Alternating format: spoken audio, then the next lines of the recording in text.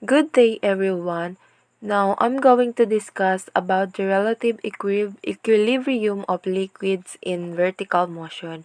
So pag sinabing vertical motion, from the word itself, it is motion in the y-coordinate.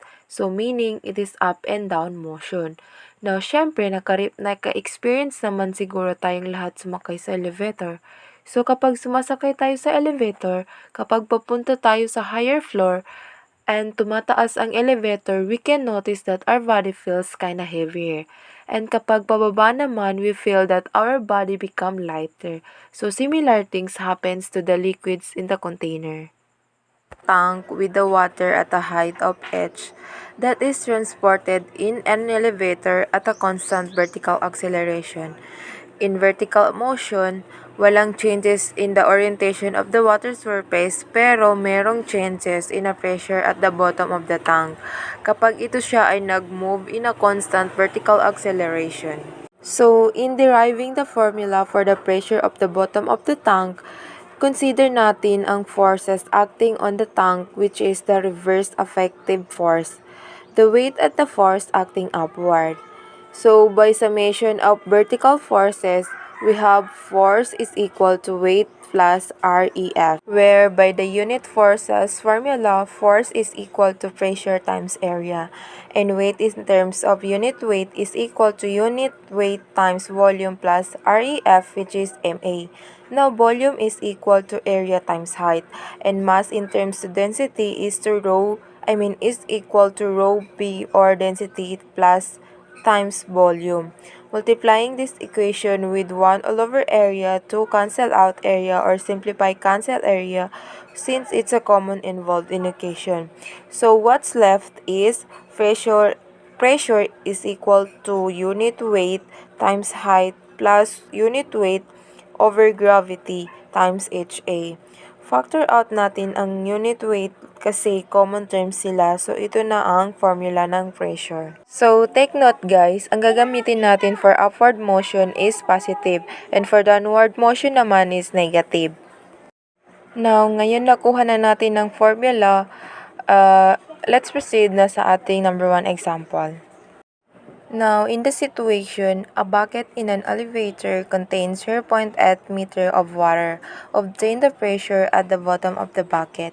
So, hinahanap natin dito is when the elevator accelerates downward at 1.5 meter per second squared. Number 2 na hinahanap is when the elevator accelerates upward at 2 meter per second squared. Now, in a given problem, the height of water in a bucket which is 0.8 meters, and we have to find the pressure of the bottom of the bucket accelerates downward at 1.5 meter per second squared, and when the elevator accelerates upward at 2 meter per second squared. So, let's solve first the problem by using the formula natin kanina for vertical motion, which is pressure is equal to unit weight times height times 1 minus A all over G.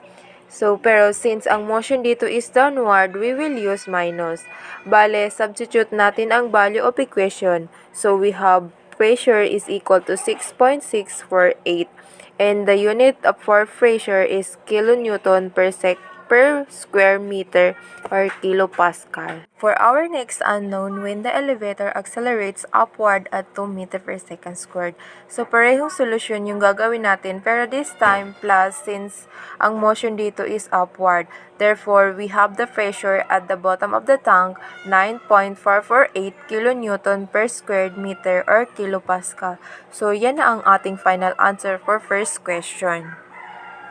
Now, let's proceed to the problem number 2. If a container containing water of 0.60 meter deep is carried inside an elevator that accelerates at 2 meter per second squared, evaluate the pressure in kilopascal exerted by the water at the base of the container. We are going to find out if the elevator is traveling downward. The second one is if the elevator is decelerating upward. So, given the height of the water in a container which is 0.60 meter and given also the acceleration of 2 meter per second squared. Now, ang hinahanap natin dito is yung pressure at the bottom of a container if the elevator is traveling downward and if the elevator is decelerating upward. So, let's solve it. By using the formula of pressure is equal to unit weight of water times height of water in a container times 1 minus A over G. We use minus kasi traveling downward. So, substituting the value of the equations, we have pressure is equal to 4.686 kilopascal. Now, for our next unknown naman, the pressure at the bottom of the container if the elevator is decelerating upward, parehong solusyon pa rin guys, but this time, ang gagamitin natin ay plus sign since the motion is upward. Pero kailangan natin i-take note that the elevator is decelerating upward, which means ang gagamitin natin is negative acceleration dito. Therefore, ang pressure at the bottom is equal to 9.81 times 0.6 times 1 plus negative 2 over 9.81. So, we have pressure is equal to 4.6 at 6 kilopascal. So, di ba pareho yung sagot natin sa unknown 1 and unknown 2. So, yan na yung ating final answer sa question number 2. Now, let's proceed to the question number 4. If the tank at the previous situation is transported by an elevator upward which exert an unbalanced force of 30 kN, A. Compute the acceleration of the tank. B. Compute the pressure at the bottom of the tank. Now, this is the tank and placed like an elevator na nagmo-move siya upward and the unbalanced force that this movement generates is equal to 30 kN. So, alam naman natin na unbalanced force is equal to mass times acceleration or REF. So, REF which is equal to mass times acceleration. Now, alam naman natin na mass is equal to volume times density. Now, density of water is equal to 1,000 kg per cubic meter. So, the mass is equal to volume which is 6 times 2 times the weight which is 2 is equal to 24 times 1,000 is equal to 24,000. Bale, dahil ito siya ay 30 kN which is already kilo na siya, so i-cancel out lang natin ang 1,000 so that yung 24,000 natin is simplified by 24. Kasi yung 30 natin ay can't expanded. And now, alam naman natin na force is equal to mass times acceleration. So, ang ating force is 30 which is given. Now, 30 is equal to 24 which is our mass times acceleration. And then, gamitan natin ng shift solve. Now, acceleration of the tank is equal to 1.25 meter per second squared. Let's move on sa letter B. So, compute the pressure at the bottom of the tank. So, gagamitin natin yung pressure formula which is pressure is equal to unit of weight times height times 1 plus acceleration over G, which is the gravity. Now, since the upward gaya kanina, so addition yung gagamitin natin, bali input lang natin yung given. Pressure is equal to 9.81 times 2, which is height ng water, times 1 plus 1.25, which is our acceleration kanina, over 9.81.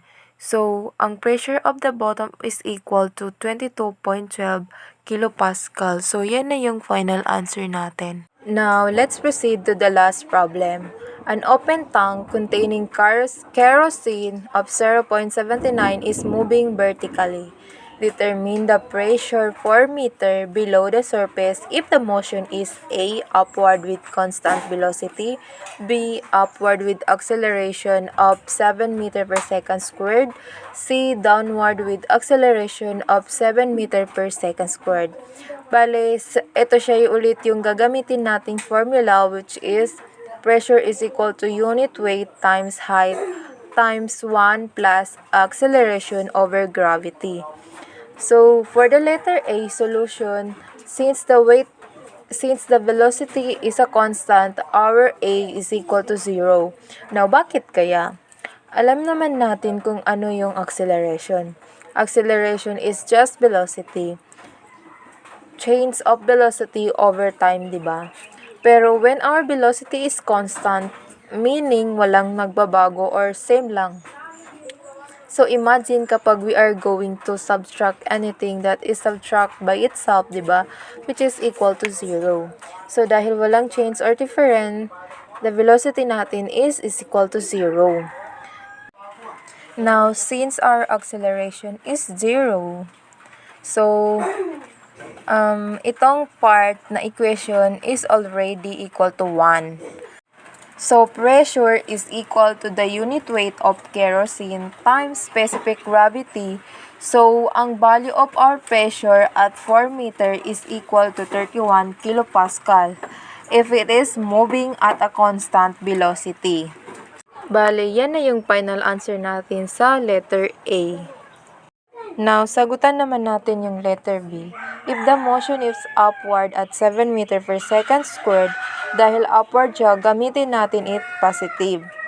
Bale, unit weight times height, 9.81 times 0.79 times 4 times 1 plus 7, which is the acceleration of 7 meters per second squared over 9.81. Now, ito ang ating value of the pressure, which is 53.12 kilopascal. Now, let's proceed to the last letter, which is the letter D. Downward motion with acceleration of 7 meter per second squared. Bale, ang symbol natin is negative, kasi downward. Now, once again, gamitin ulit natin yung formula natin sa pressure. So, P is equal to 9.81 times 0.79 times 4 times 1 plus negative 7 kasi downward over 9.81. So try na siyang i-calculate guys, and ang answer is 8.88 kilopascal. So that's all my report. Thank you.